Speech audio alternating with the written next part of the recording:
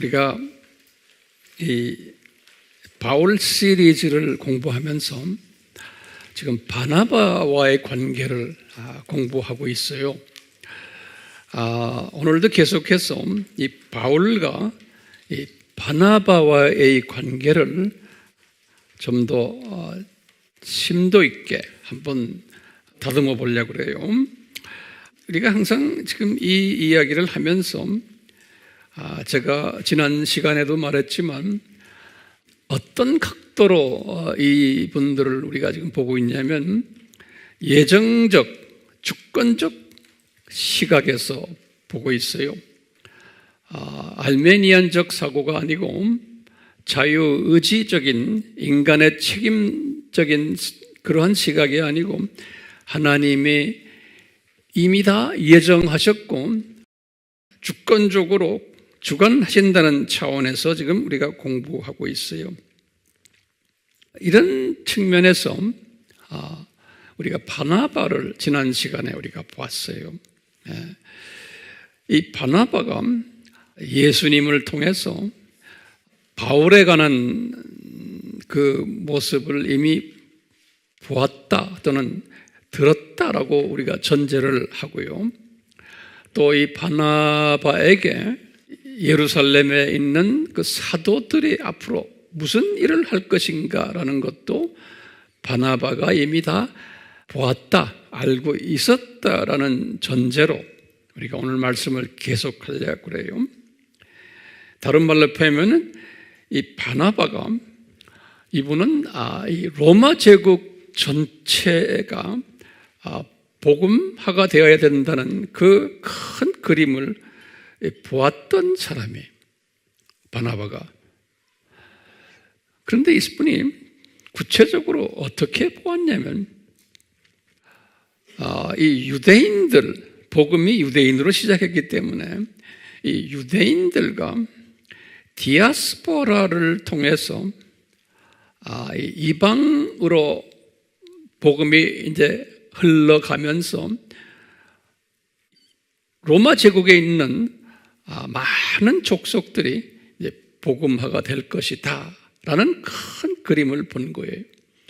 그렇기 때문에 바나바가 본 것은 우선 유대인들과 본토에 있는 유대인들과 또 디아스포라 유대인들, 이분들이 복음화가 돼야 되고 또한 이제 로마 제국으로 퍼져나가야 되는 이분들이, 그래서 이분들을 통해서 이제 이방인들이, 각 족속들이 복음화가 되는 이 그림을 바나바가 본 것이에요. 그렇기 때문에 바나바가 이제 볼 때는 예루살렘의 사도 그룹들, 이 사명이 있는 게, 이 사도 그룹들의 사명은 유대인들과 디아스포라들을 섬기는 이 일이에요. 그리고는 이 일 때문에 예루살렘 교회가 핍박을 받게끔 디자인하시고 예루살렘 교회를 흐트러 버리신 거예요. 그래서 전 터키 지방까지 다 교인들을 흐트러 놓으시고 거기에서 디아스포라 유대인들에게 복음을 전하도록, 그리고는 그 디아스포라 유대인들, 우리 같으면 이민교회들, 우리 한인 같으면, 그래서 이분들이 또 그 주변에 있는 현지인들에게 복음을 전하도록 이렇게 디자인된 것을 바나바가 깨달았어요.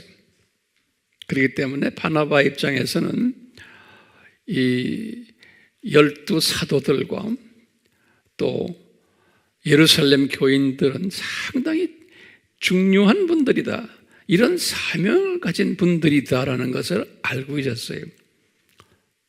그런데 이분들은 한계가 있다면 뭐냐면은 이방 사회로 뚫고 들어가는데 좀 약했던 거예요. 그 이방 족속들에게 들어가서 할 만한 분을 예수님께서 바울이라는 사람을 임명하셨어요. 그것도 이분이 알았어요. 제가 볼 때는 예수님이 바나바에게 말씀을 하셨던 것 같아요. 뿐만 아니라 나중에 다메섹에서 이 바울이 개종을 할 때 아나니아에게도 말씀을 하셨어요. 그런데 이 아나니아가 분명 바나바에게도 다시 확인시켜 줬던 것 같아요. 그러니까 이 바나바 입장에서 보면은 바울도 필요한 분이고 또 사도들도 이제 필요한 분이에요.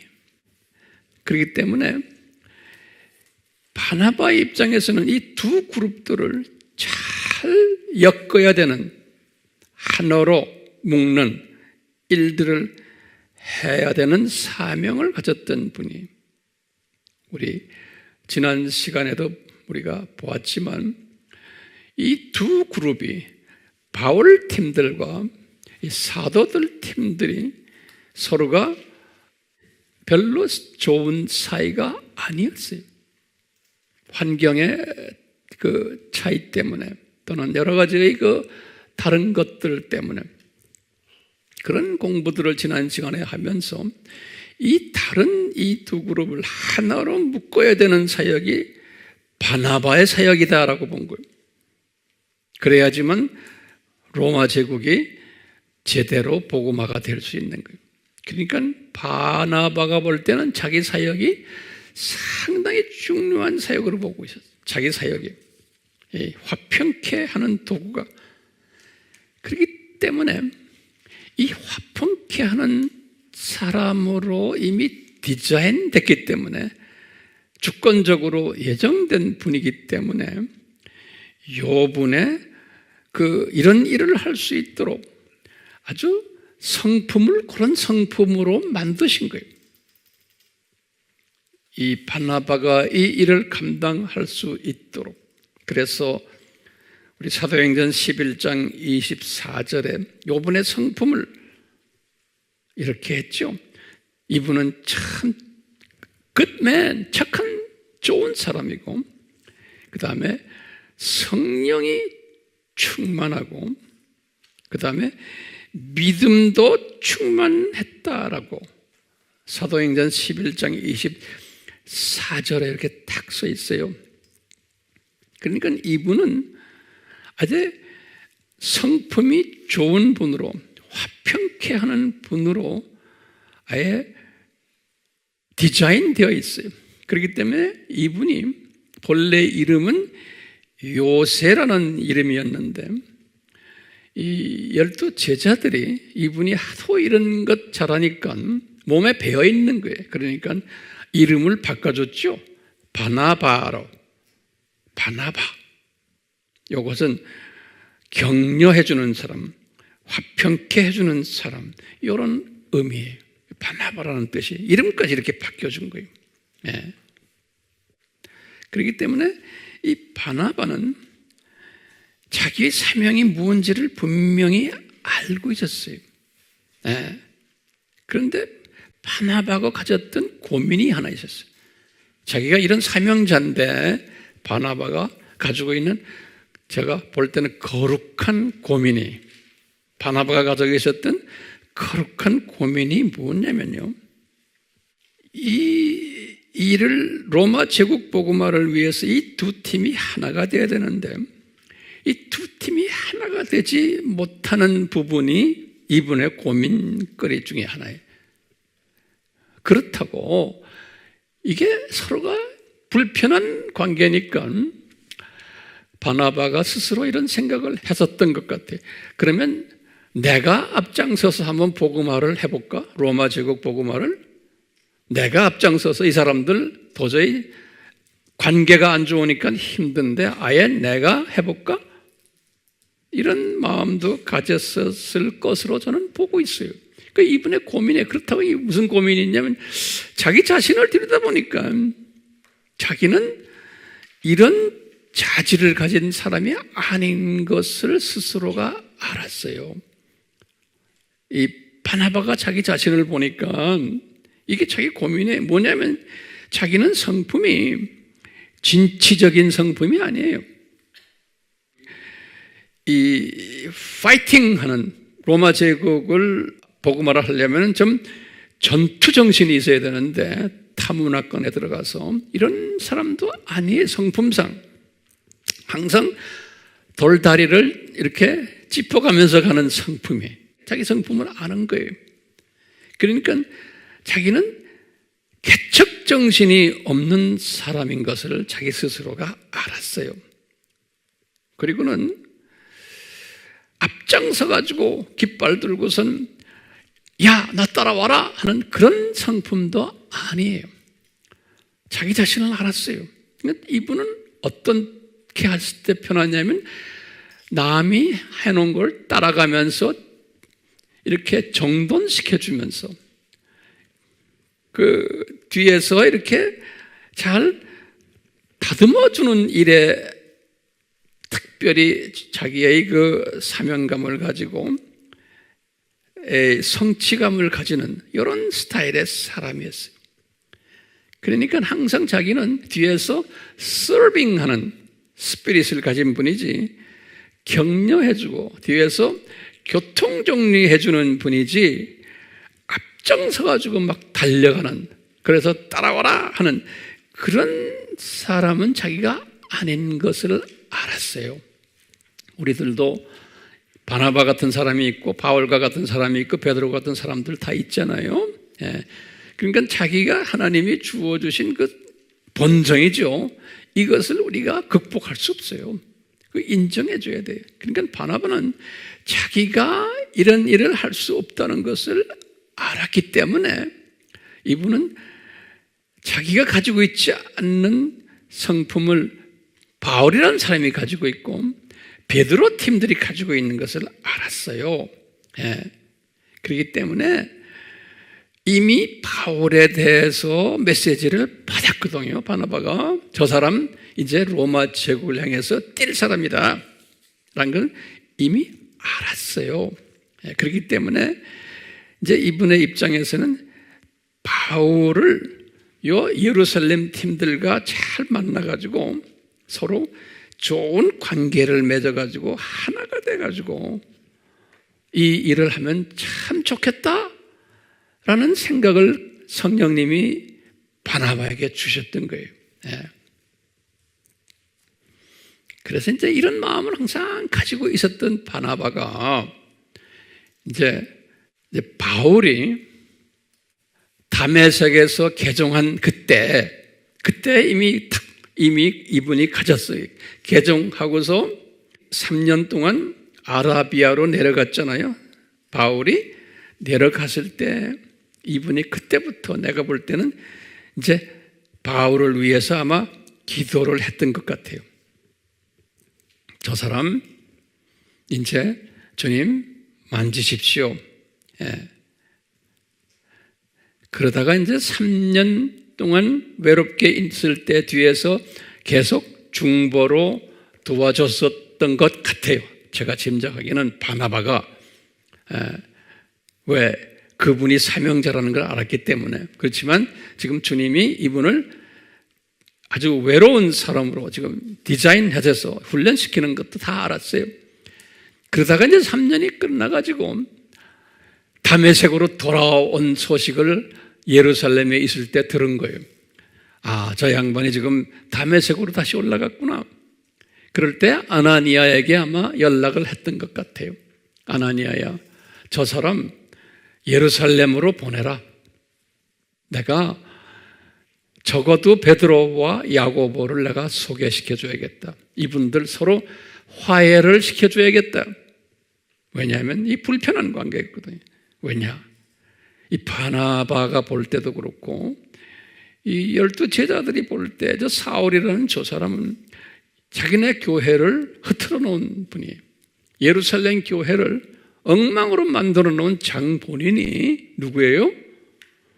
바울이라는 사람이에요. 그렇기 때문에 아주 불편한 관계였어요. 그래서 이 불편한 관계를 잘 해소시켜 주시는 일을 바나바의 마음에 주셔가지고 바나바가 당신 지금 3년 동안 고생했는데 바울아, 당신 다메섹에 있지 말고 이리 내려와라. 내가 관계 개선을 해줄게. 그래서 바울이 내려왔죠. 예루살렘에, 그렇죠? 내려와가지고 이제 관계 개선을 완전히는 못했지만 일단락 오해는 조금 풀게끔 해드린 거예요. 그렇지만 제가 이렇게 볼 때 베드로도 찜찜했고 야고보도 찜찜했을 거예요. 이 형제 정말 옛날 생각하면 한바탕 내가 해줄 텐데 라는 생각하면서 서먹서먹하게 그 만남이 끝난 것 같아요. 예. 그렇기 때문에 바나바가 봐도 이 정도밖에 자기가 할 수 없었던 거예요. 이 관계를 그 이상 발전시킬 수 없었다고 저는 보고 있어요. 예. 왜냐하면 아직 하나님의 정해진 때가 아니었기 때문에 그래요. 그래서 그렇게 놓고는 헤어졌어요. 그래가지고는 언제 다시 만나냐면 그게 지금 이분들이 만난 것이 주후 몇 년이에요? 나하고 한번 주후 계산해 봅시다. 38년이죠? 38년에 지금 어디에서 만났어요? 예루살렘에서 만난 거예요. 예. 그리고는 곧 38년 그때부터 시작을 해서 이제 우리가 나중에 보겠지만 약 10년 가까이 바울은 바울대로 훈련받고 그 다음에 이 지금 베드로 팀들은 베드로 팀대로 훈련받았다가 10년 가까이 됐을 때 서로 다시 만나게 하셨어요. 네. 그러니까 10년이란 긴 세월 동안 네. 우리 알다시피 이게 훈련 기간이에요. 10년이라는 기간을. 그래서 우리가 보면요. 이 사도들은 그 10년 동안 지금 38년부터예요. 38년부터 49년까지 49년은 예루살렘 총회하는 때 예루살렘 총회 우리 기억나시죠? 그때까지 서로가 떨어져서 각자가 훈련을 받았어요. 우선 우리가 그 10년 동안 12사도들 베드로 팀들이 어떤 훈련을 받았을까요? 이 베드로 팀들은 주후 32년에 뭐가 있었냐면 스데바니가 순교당했고 요 순서대로 잘 우리가 기억하세요. 33년에 예루살렘 교회가 흩어졌어요. 흩어져가지고 이제 그때부터 이분들의 제자들이 한 2만 명의 교인이었다고 우리가 보고 있는데 어디로 흩어졌어요? 유대 지방과 사마리아 지방과 시리아 지방과 오늘날 레바논 지방과 그리고는 터키의 길리기아, 브리기아, 갈라디아, 갑바도기아, 본도, 아시아, 터키 지역 전역으로 쫙 다 흩어져 버렸어요. 이 흩어진 게 언제예요? 주후 33년이에요. 바울이 개종한 게 35년입니다. 그러니까 바울 개종 전입니다. 흩어졌어요. 흩어졌을 때 이때부터 이 12 제자들은 이 흩어진 교인들을 따라다니면서 소위 방문 목회를 했어요. 그러니까 이분들이 가가지고 자기네의 이민교회를 디아스포라 교회를 개척을 해서 개척을 하다 보니까 우리 이 해외 우리 교포들도 마찬가지지만 교회 개척을 하면은 목회자도 필요하고 또 그 안에 이제 조직이 필요하고 이러다 보니까 서로가 지방색이 다르고 배경이 다른 사람끼리 이렇게 그냥 흩어져서 여기 외지에 왔으니까 교회 안에 여러 가지 문제들이 야기됐었어요. 분열이 있었고 미움이 있고 교인들 간에, 또 교인들이 세속화돼서 헌신자들이 많지 않았고,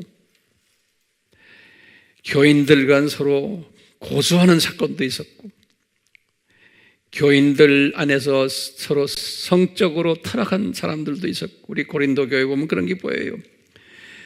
대부분의 영적 유아들이었고, 교인들이 썬데이 크리스천들이 대부분이, 그리고는 가정 문제가 많았던 교인들도 많았고, 또는 야고보가 보면은 소득의 격차들도 있었고, 그 안에서 돈 잘 버는 사람도 있었지만 대부분이 가난했고, 거기다가 또 신학 이슈들도 교회 안에 있었어요. 여러 가지 신학의 이슈들을, 기독론과 삼위일체론과 부활론과 뭐 이런 것들 가지고 서로 다투고, 그러니까 이 교회가요, 지금 이 디아스포라 교회가 시끄러웠어요.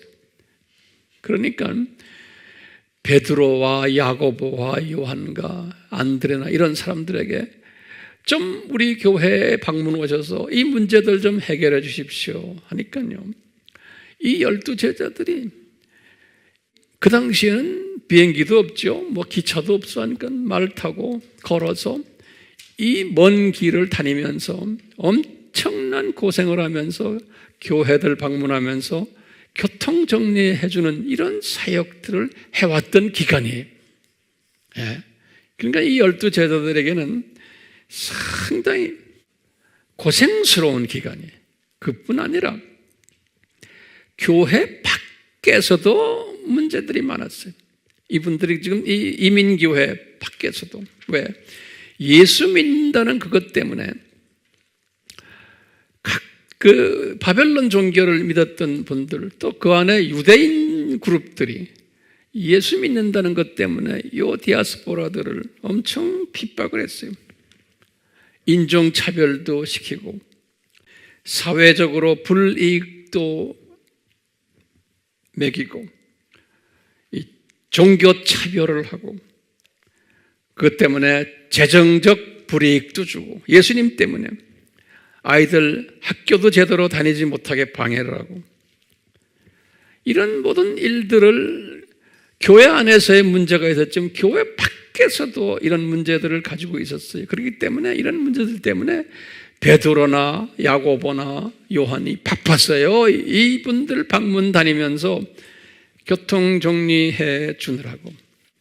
그러니까 이 10년 동안 이 12 제자 그룹들도 상당한 스트레스 속에서 목회를 했던 기간이에요.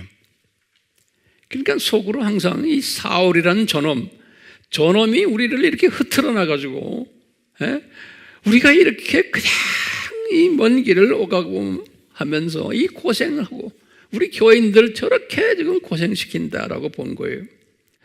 그러니까 누구한테 원망을 하겠어요? 이 바울을 원망하는 거예요. 저놈 자식 때문에 우리가 지금 이렇게 고생을 한다. 이것을 바나바는 알고 있었어요. 이분들이 바울에 대한 나쁜 감정이 있는 것을. 10년 동안은 그 감정을 가졌던 기간이. 한 번은 만났지만 예루살렘에서 이 방문 목회라는 것은요, 이건 상당히 힘든 목회예요. 그 특징을 보면은 방문 목회라는 건요, 목회자 입장에서 보면은 자기 고정 멤버가 없는 거예요. 그게 문제예요. 뿐만 아니라 본부라고 있지만 예루살렘에 아주 소수만 모여 있는 곳이에요. 그러다 보니까 본부 교회가 헌금도 잘 안 거치고, 가끔 가다가 홍수나 기근이 나오면 전혀 헌금이 없어가지고 어떻게 했어요?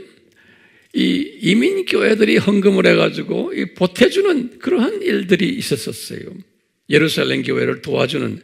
그러니까 이 12 제자들의 입장에서 보면은 자존심이 엄청 상하는 거예요. 자기네가 보태줘야 되는데 거꾸로 보탬을 지금 받고 디아스포라 교회의 의지를 해야 되는 이런 그 상황에 있었던 분들이 상당히 스트레스 받는 기간이에요. 방문 목회를 하면서 그뿐 아니라 방문 목회를 하다 보면 이 목회자들의 가정 문제가 또 있는 거예요.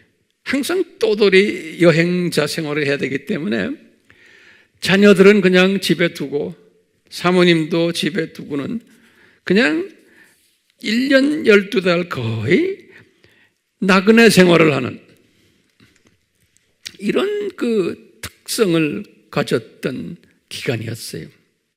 그렇기 때문에 이 10년, 지금 10년은 지금 제가 보면 그냥 쉽게 말하면 바나바의 소개로 예루살렘에서 만난 게 주후 몇 년이에요? 38년이에요. 이때부터 계산해가지고 10년을 계산하면 49년 예루살렘 총회에서 다시 만나는 거예요. 그때 바나바와 같이.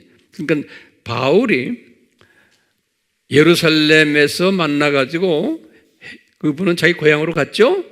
그 후부터 언제 베드로와 야고보를 만났냐면 예루살렘 총회 때. 그렇죠? 그게 49년에. 그러니까 약 10년 후에 다시 만나는 거예요.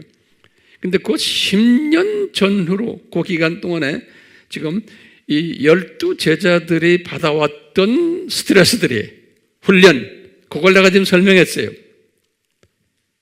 그럼 그 10년 동안 바울이 받았던 훈련이 뭔가 우리 간단하게 봐요. 바울은 지금 예루살렘에서 38년에 베드로와 야고보를 만나고는 어디를 갔어요? 자기 고향 다소로 갔어요. 거기에서 엄청 훈련을 받았죠. 다소에서.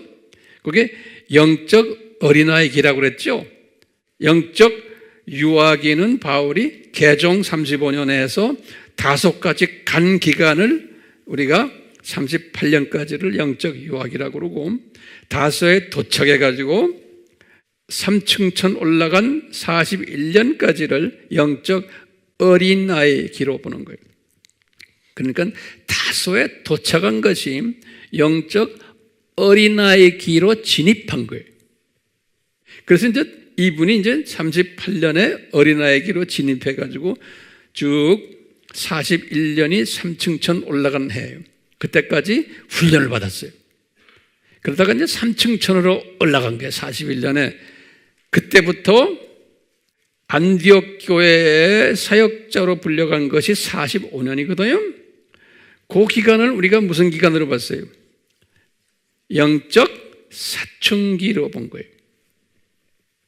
그래가지고 이제 안디옥 교회에 도착해서부터 청년기로 들어가는 거예요. 청년기는 이제 군대에 들어가는 그 나이에, 전투할 수 있는 나이에, 그때부터 이분이 풀타임 사역자가 돼가지고 그때부터 이제 영적 전투, 로마 제국 복음화 전투에 가입한 것이, 안디옥 교회에 도착한 것이. 자, 그렇게 볼 때 바울이 지금 41년에 3층천 구경하고, 그리고는 영적 사춘기가 끝날 때 45년에 바나바가 찾아와 가지고 바울을 안디옥 교회로 초청했죠? 그렇죠? 예. 안디옥 교회에 초청받아서 안디옥 교회의 부사역자가 됐죠? 그리고는 1년 동안 부사역자 하시다가 46년에서 48년에 1차 선교 여행했죠? 영적 전투를 시작한 거예요, 이제는요, 군인으로서. 예, 그래서 이제 로마 제국 복음화에 아주 시작을 한 거예요. 그거 끝나고 46년에서 48년에 1차 선교 여행 끝나고는 그 다음에 어떻게 됐어요? 예루살렘 총회에 들어갔죠? 거기에 참석했죠? 그 예루살렘 총회에서 딱 10년 만에 49년이에요. 베드로와 야고보를 만난 거예요. 그러니까 베드로와 야고보도 10년 동안 훈련받았고, 그 다음에 바울도 10년 동안 훈련을 받은 후에 다시 만난 거예요. 어디에서 만났어요? 예루살렘 총회에서.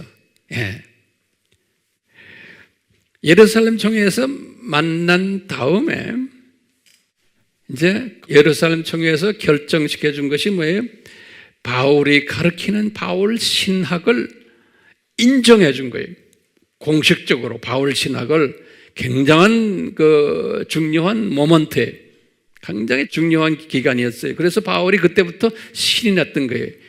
이제는 이 예루살렘 총회에서 내가 가르치는 내 신학을 완전히 인정해 주니까 이제 선교지에 다니면서 자기가 가르칠 때도 아주 자유스러웠어요.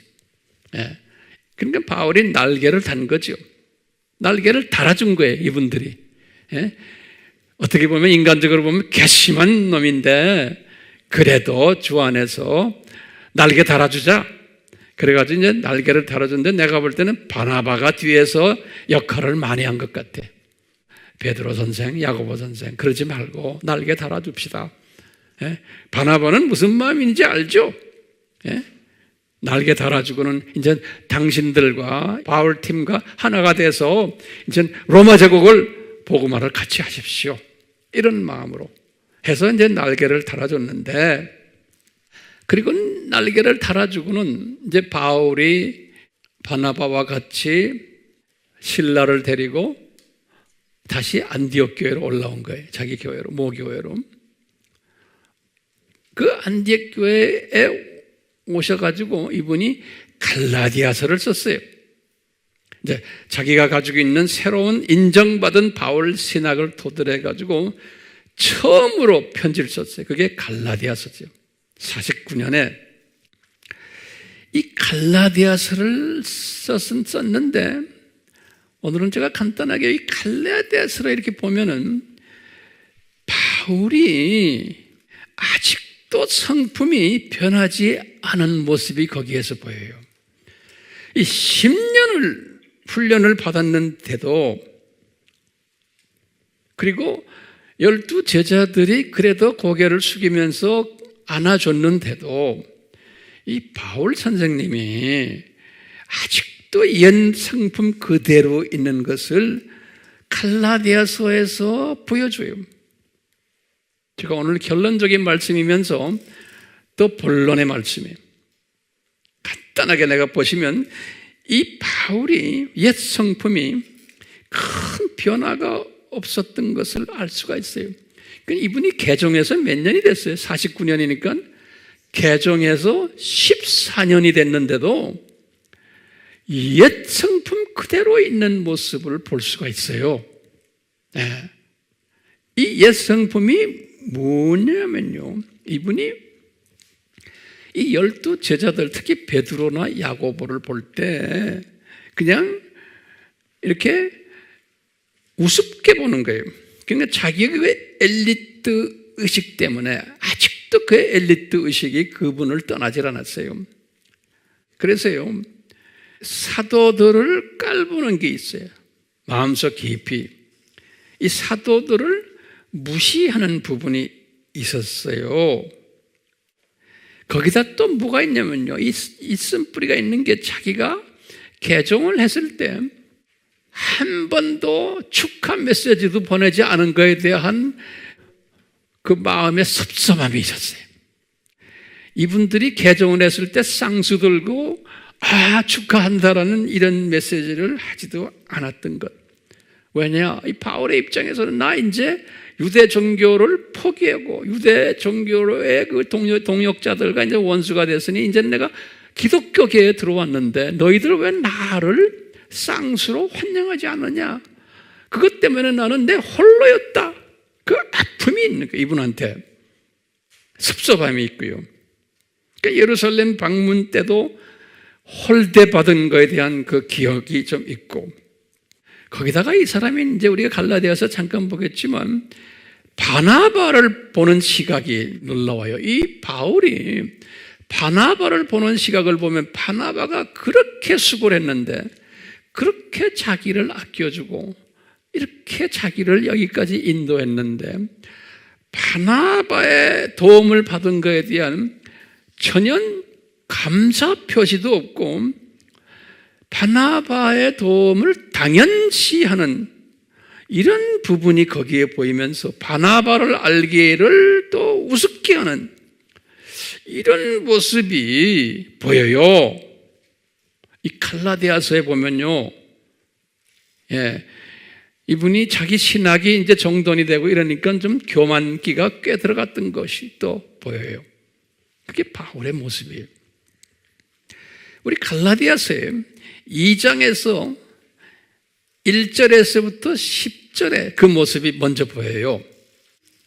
이 갈라디아 교회에다가 이제 편지를 쓰면서 누구한테 편지를 썼냐면 갈라디아 교인들에게 편지를 쓴 거예요. 자기가 개척한 교회예요. 1차 여행 때. 그러면서 갈라디아 교인들에게 뭐라고 말하냐면 바울이 그래, 내가 예루살렘 총회에 갔었단다? 이런 말이에요. 그렇죠. 얼마 전에 갔으니까요. 갔었을 때 거기에 야고보와 게바는 베드로죠. 요한이란 분들도 계셨는데 너희들이 이 사람을 기둥같이 여기지? 그러는 거예요. 이 중요한 단어예요.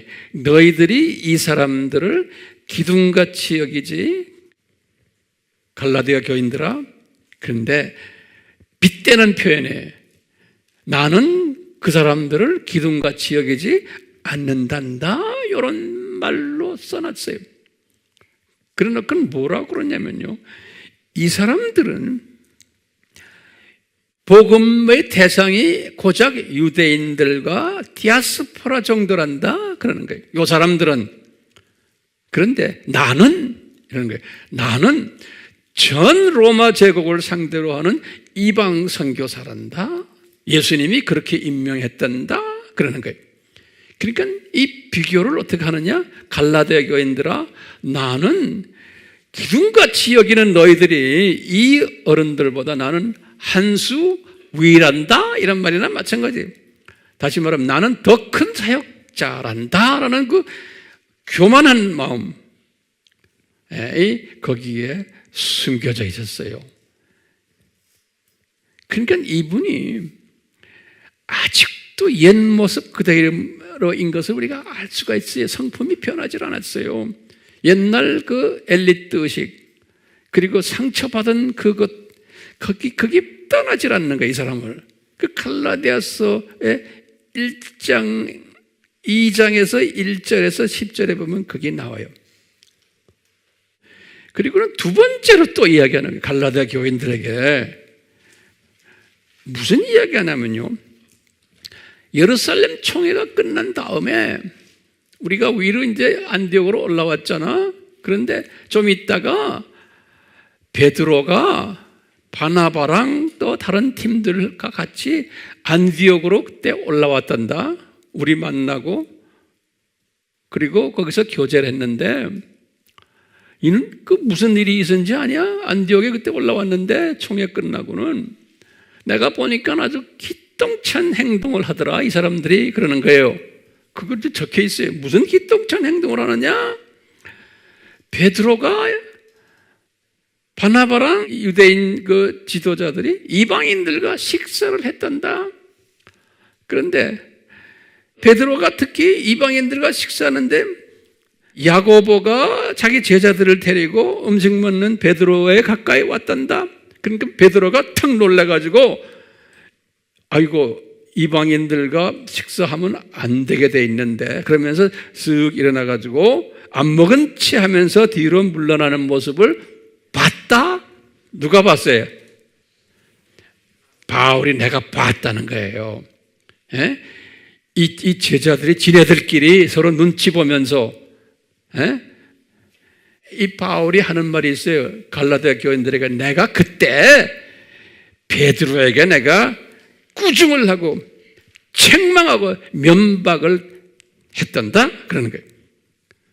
아, 이 사람 말이죠. 그러니까 내가 베드로보다 훨씬 더 센 자다라는 것을 은근히 보여주는 이야기예요. 그러면서 뭐라고 그러냐면요, 갈라디아서 2장 14절에 그랬어요. 베드로한테 이런 말 했단다. 그래서 이제 그걸 인용했어요. 뭐랬냐면, 당신은, 베드로야, 당신은 유대인으로서 유대인처럼 살지 아니하고 이방인들의 방식으로 살면서 이방인들하고 같이 식사했다는 거예요.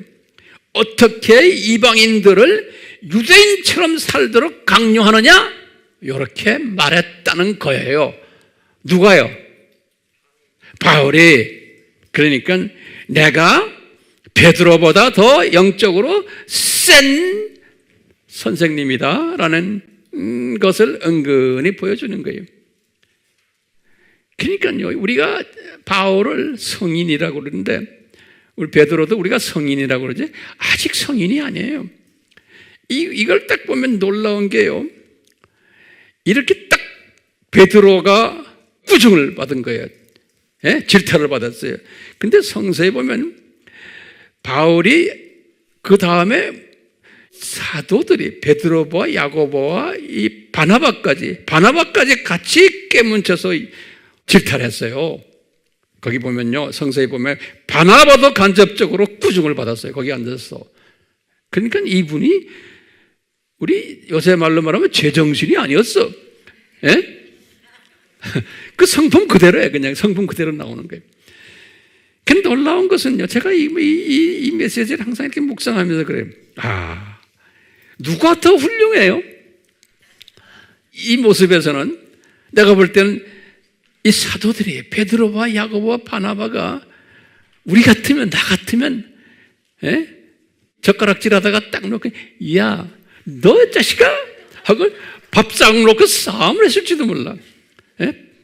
그런데 이 팀들은, 베드로나 야고보나 바나바는 무반응이었어. 반응이 있었다고 성서에 기록이 없어요. 예? 대들지 않은 모습을 볼 수 있어요. 대들었으면 더 관계가 깨져버리죠. 영영 같이 일 못할 수도 있죠. 예? 대들어가지고 이런 말도 할 수 있죠. 야, 이놈아, 너 버릇없는 놈아, 너 누구한테 이런 짓 하느냐? 예? 네가 누구냐, 이놈아? 은혜도 모르고 우리가 너를 얼마나 도와줬냐, 이놈아? 신학도 인정해주고 바나바 이 형님이 얼마나 많이 했느냐? 근데 이런 말을 안 했다는 거예요. 이분들이 이런 말을 안 했으니까 누가 더 훌륭해요? 예? 자, 제가 이제 결론적인 말씀이에요. 자, 이 바나바의 심정이 어땠을까? 그 당시 그 상황 속에서, 예? 바나바가 그 상황을 딱 보면서 이랬을 거예요. 나는 분명히 예수님한테 요 베드로 팀들은 로마 제국 복음화를 위해서 유대인과 디아스포라를 전문적으로 사역해야 되고, 그 다음에 바울 팀들은 이방인들 전문적으로 사역해야 되는데, 이렇게 지금 관계가 지금 이게 서먹서먹해졌으니 이거 어떡하지? 에? 바나바 입장에서는 상당히 딜레마에 졌을 거예요. 이게 점점 힘들어지는구나.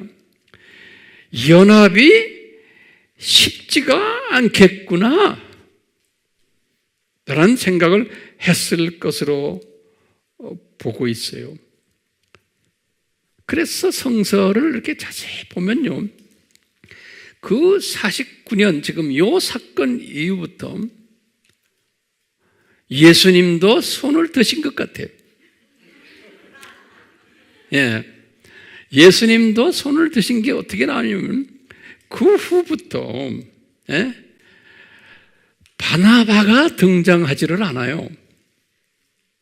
그뿐 아니라 그 후부터 바울은 홀로 쓰는 연습을 시키세요.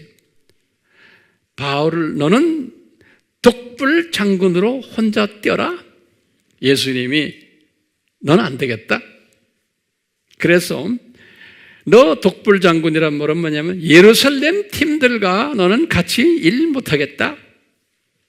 그리고 바나바하고도 일 못하겠다. 왜? 바나바도 성품이 좋은 사람이지만 이제는 참는 것도 한계가 있지. 너 어떻게 제자들 앞에서 바나바까지 막 욕을 하느냐? 네 은인인데, 바나바는 사람인데. 그랬을 분명히 거예요. 그래서 그때부터 바울은 독불장군으로 이제 2차 선교여행, 3차 선교여행, 앞으로 4차까지 독불장군이었어요. 이분들의 도움이, 연합이 없었어요. 그 독불장군으로 일하면서 항상 동역자들을 붙여줬어요. 그러니까 바울과 같이 일할 수 있는 성품이 좋은 사람들을, 바울이 강한 분이기 때문에 강한 사람 붙여놓으면 안 돼요.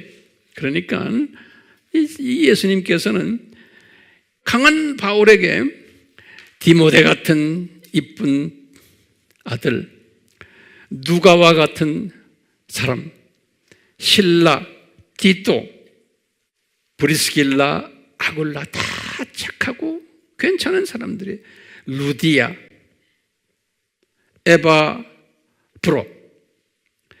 에바브로디토, 에바브로와 에바브로디토는 달라요. 두기고, 빌레몬, 오네시보로, 이런 모든 분들 다 착한 분들이 바울에 충성하는 이런 분들만 바울에게 붙여줘가지고 로마 제국 복음화에 기억해 하셨어요. 그러니까 바나바가 직접 바울과 동역했다는 스토리가 그 후에는 성서에 기록이 되어 있지 않아요. 그러니까 바나바도 손을 든 것 같아. 그래서 주님께서는 이 바나바를 그러면 어떻게 했느냐? 바나바는 바나바대로 이제는 실망 가운데서 바울 저 사람은 안 되겠구나. 나는 이 예루살렘 팀들과 교제하면서 나는 내 일을 해야겠다. 그래서 이분은 자기 고향 구브로에 주로 가서 복음화를 많이 했던 거예요. 고향 구브로에.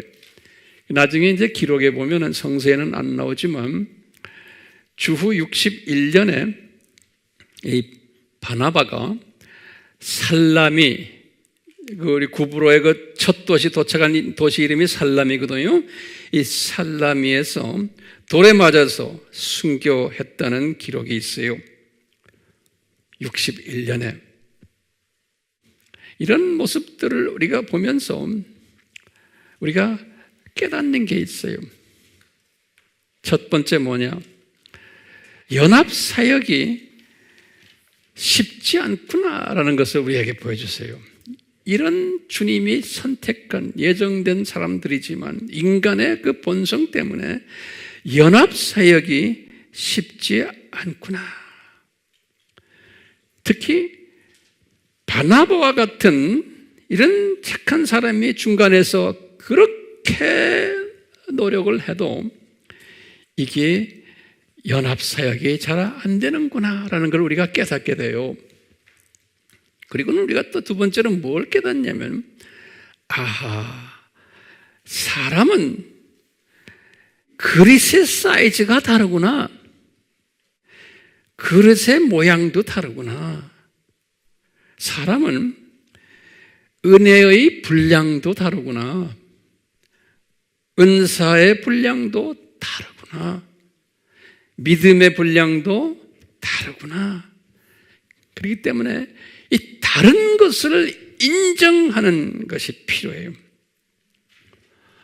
어떤 분은 성화 속도가 느리고, 어떤 사람은 성화를 요 단계까지 하고는 주님 나라에 가는 사람들도 있고, 어떤 사람은 빠른 속도로 성화하는 사람도 있고, 이게 다 다르구나라는 것을 우리가 깨닫게 돼요. 또 깨닫는 것은 사람은 쉽게 변하지 않는구나. 아무리 거룩한 분이라도. 그러니까 이걸 우리가 여러분들 꼭 기억하세요.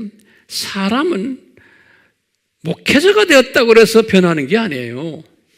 목사라고 그래서 신학 박사라고 그래서 저 사람이 하루아침 변하는 게 아니에요. 그대로 있다고요. 그대로. 제가 다 살아보니까 그래요. 예. 그러니까 기대하지 마세요. 목사들에게, 선교사들에게, 장로들에게, 권사들에게 기대하지 마세요. 타이틀만 달라진 거지 그 속을 들여다보면 똑같아요. 그러니까요, 이것을 인정할 때는 모든 사람을 내가 소화하고 안아줄 수 있어요. 어떤 분은 그래요. 저 목사님 설교 잘한다. 저 사람은 인격이 괜찮겠지? 아니에요. 옛 모습 그대로예요. 들여다보면. 예. 전도 잘한다? 아니에요. 성경 잘 가르친다? 아니에요. 다 그놈이요. 이거 아셔야 돼요. 그러니까 여러분들이 사람을 그렇게 보셔야 돼. 있는 그대로 안아주는 연습하셔야 돼. 있는 그대로. 황 목사님, 저 사람, 우리 목사님이고, 연세도 어느 정도 됐고, 말씀도 재밌게 잘 하시니까, 우리와 다르겠지 않아요? 나도 똑같아요. 예. 다를 거 별로 없어요. 조금 나을지도 모르지만. 예? 어떤 사람은 기도 많이 한다, 저 사람이 어쩌고, 그건 믿지 마세요. 기도하는 사람이야? 웃기네. 예언하고 웃기네. 아니에요. 귀신 쫓아내는 능력이 있어? 웃기네. 그것 때문에 더 자랑하고 더 사람이 못되게 놀아요. 거기에 속힘당하면 안 돼. 여기에 대한 자세한 이야기는 제가 했죠. 이 보이는 은사를 가진 사람들은 조심하라는 거예요. 예. 왜? 지 속사람은 그대로 있는데 사람들에게 막 인정받으니까 이게 변질돼 버려요. 사탄이 들어가서 그런 사람들을 데리고 놀아요. 천국 구경했다, 지역 구경했다 할 수가 있지만 그걸 자랑하고 혼자만 끼고 있어야지 주변 사람에게 그냥 조용히 이야기만 하는 거지. 그것을 온 사방팔방에 막 이야기하고 내가 오늘도 예수님 음성 들었다, 뭐라 그러시더라, 내가 물어보니까 무슨 말씀하시더라. 그거 조심하세요. 그러면 사람들이 수천 명이 들어와서 물어보고 그러더라고요. 보니까 내가 유튜브에 보니까 자기도 모르게 변질돼 버려요. 악령이 들어가가지고 데리고 놀아요. 이 영적 분별력을 갖고 계셔야 돼요. 예. 사람은 그런 경험했다고 해서 변하는 게 아니에요. 오늘 바울을 보세요. 바울이 언제 변했어요? 바울이 주후 55년에 고린도 전후서 썼죠. 그리고는 로마서를 언제 썼어요? 57년에 썼죠. 로마서를 쓰시면서 하신 말씀이 있어요.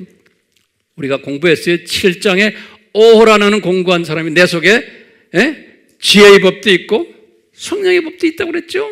그러니까 7장까지가 내가 볼 때는 고린도 전서 후서를 썼을 때 55년이, 그리고는 로마서를 쓴 것이 57년에, 로마서를 쓰는 57년부터가 이분이 영적 아들이 되는 때, 아들. 로마서 8장에. 그러니까 로마서 8장에서 영적 아들 수준에 올라왔을 때 바울이 변하기 시작한 거예요. 그때. 그러니까 바울도 57년에 변하기 시작했으니까 개종해서 몇 년이에요? 22년 동안은 큰 변화가 없었어요. 조금씩 변했지만,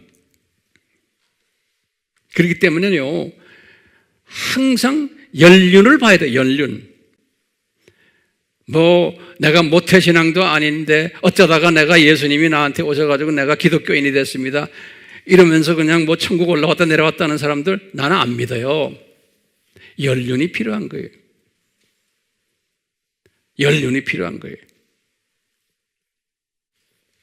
제가 그런 연륜을 가진 나이가 됐기 때문에 성령님이 나에게 깨닫게 하시는 거예요. 내가 만약에 나이 40대, 50대, 60대라고 그러면 이런 말 하면 좀 건방지죠? 건방지면 안 돼요. 아는 체하고 괜히 까불고 이러지 마시라고. 예?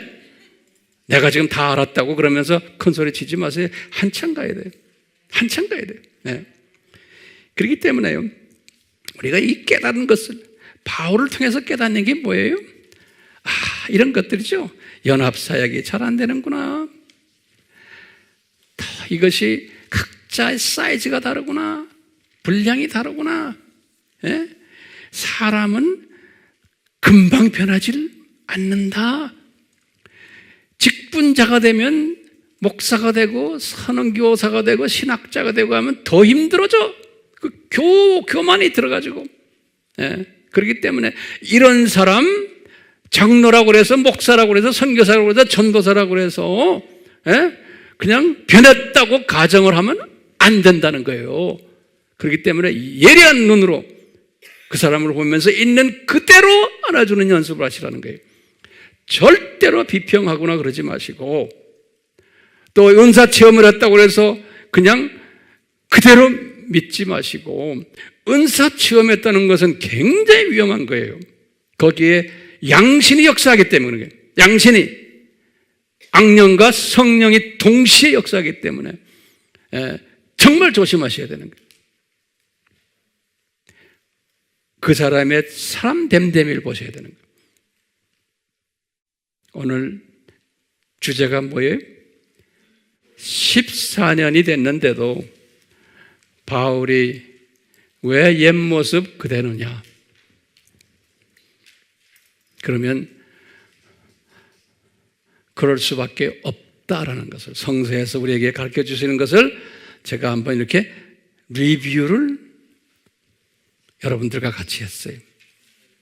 그러니까 이 성서적인 가르침을 항상 묵상하시면서 주변의 사람들을 볼 때나 내 마음에 드는 사람들, 안 드는 사람들 볼 때나, 또는 어떤 한 분을 보면 저분은 어느 수준이구나, 저분은 바나바 같은 사람이구나, 저분은 바울 같은 사람이구나, 저분은 베드로 스타일이구나, 이렇게 쭉 보시면서 사람을 내가 읽는 거예요. 읽고는 그걸 가지고 평가하는 게 아니에요. 있는 대로 그대로, 영어로 말하면 accept 해주는 거예요. accept란 말 알죠? 그냥 수용해 주는 거예요. 그리고는 있는 대로 존경해주고 사랑해주고, 그런 지혜자가 되시기를 예수님의 이름으로 축원해요, 안 해요? 축원해야죠. 근데 이런 것을 못하는 사람들이 있어요. 그러면 탁탁탁 우리 눈에 보이는 거예요. 예? 지 잘났다고 떠들고, 어떤 남을 비평하고, 좀 조금 알면 안다고 딱 이러고, 이런 사람 보면은 제 입장에서는 어떻게 해야 돼? 까불지 마! 그러면 안 돼요. 그냥 씩 웃어주는 것밖에 없지. 그 기다려주는 거예요. 지금 저분 저렇구나 하고. 예수님, 저희들 계속해서 은혜 베풀어 주셔서 이 바울의 그 훌륭한 바울의 삶을 통해서 우리 피조물들은 이런 문제가 있는 존재들이라는 것을 깨닫도록 성령님 우리에게 기름 부어 주시고 우리에게 안수해 주셔서 더욱 지혜자가 되어 이 모든 사물을 보고, 또 지금 돌아가는 이 세계의 모든 이 상황들을 보는 그러한 지혜자들, 주변 환경을 보는 지혜자들 되도록 은혜 위에 은혜를 베풀어 주셔서, 이 은혜를 주실 때는 우리는 이제는 남을 비평하거나 이러지 않고 항상 사물을 보고 다른 것을 봐도, 나에게 좀 불이익한 그러한 걸 봐도 내 속에 뭐가 있냐면은 평강이 있게 되는 거예요. 평강. 그런 평강 우리 모두가 가지도록 성령님이여 인도해 주시옵소서. 예수님의 이름으로 기도드리옵나이다. 아멘.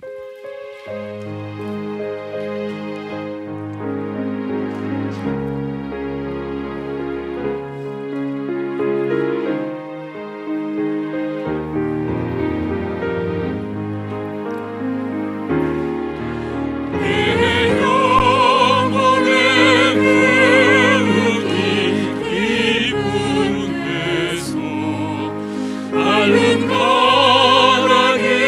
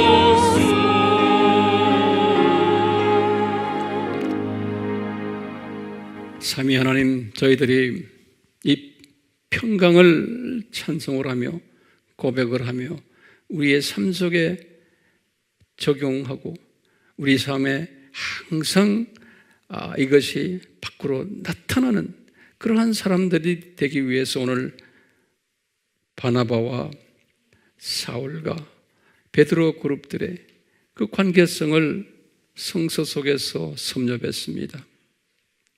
성령님이여, 성령님이여, 이 말씀이 저희들을 떠나지 않게 해주시고 이 말씀이 우리의 삶을 지배하도록, 우리의 인격을 지배하도록, 우리의 세계관을 지배하도록 은혜 베풀어 주시옵소서. 삼위 하나님의 이 복주심이 우리를 항상 떠나지 않고 지배해 주실 것을 믿으며 예수 그리스도의 이름으로 축원하옵나이다. 아멘.